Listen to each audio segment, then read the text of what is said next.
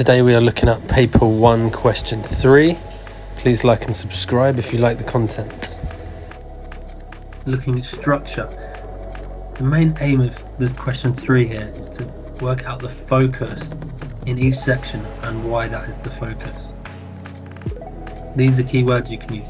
The writer shifts the focus to this, or the focus then shifts to this, or the writer lingers on this topic because.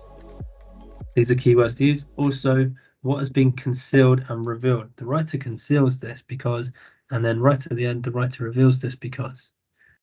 Keywords. So you need a structure phrase. So at the beginning of the extract, the writer does this. Then a textual reference, so a quote. And then why is that bit there? So let's have a look at an example.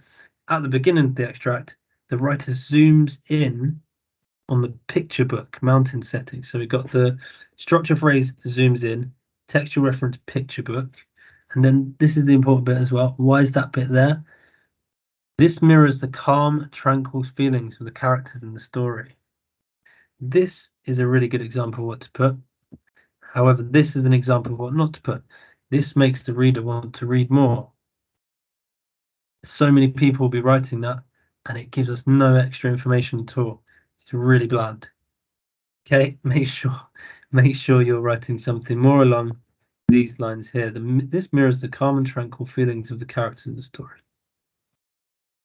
You can analyze the focus at the beginning, middle, and end of the act, but it's even better if you write about the focus change in each paragraph. So you could have 8 to 10 points of focus shift or focus lingering. The focus then shifts can be repeated several times. So you would write at the beginning, the writer zooms in on this.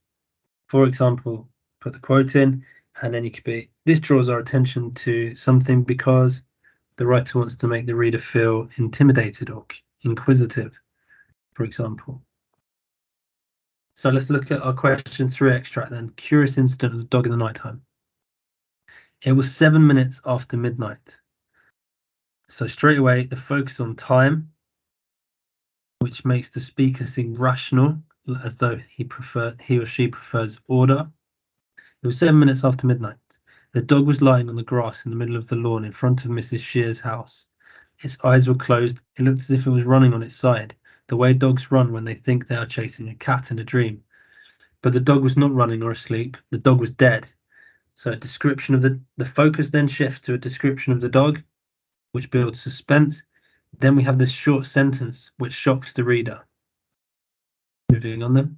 There was a garden fork sticking out of the dog. The points of the fork must have gone all the way through the dog and into the ground because the fork had not fallen over.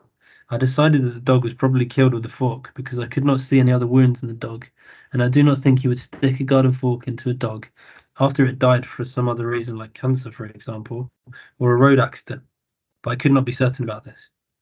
I went through Mrs. Shears's gate, closing it behind me. I walked onto her lawn and knelt beside the dog. I put my hand on the muzzle of the dog. It was still warm. So the focus has shifted to the speaker's position. It's in first person, which makes the reader feel involved and connected. The dog was called Wellington. It belonged to Mrs. Shears, who was our friend. She lived on the opposite side of the road, 2 houses to the left. Focus then zooms in on Mrs. Shears, making the reader feel compassion and sympathy for her. Wellington was a poodle, not one of the small poodles that have hairstyles, but a big poodle. It had curly black fur, but when you got close, you could see that the skin underneath the fur was a very pale yellow, like chicken. The focus then zooms in on the dog and makes it seem innocent and fragile with the quote, like chicken, building sympathy from the reader. Lastly then, I stroked Wellington and wondered who had killed him and why. At the end of the extract, the speaker's curiosity reflects the curiosity of the reader. In the boxes are the notes you can use for question 3. Like I said previously, you can do this as the bare minimum, maybe get 4 out of 8 if you do this. But if you repeat the middle section a few times more, you can get up to 8 out of 8. So the focus then shifts to can be repeated several times. Okay, so You can only do the first one once. The extract opens with a focus on this, and the last one, the extract, concludes with this. But the middle one you can do multiple times.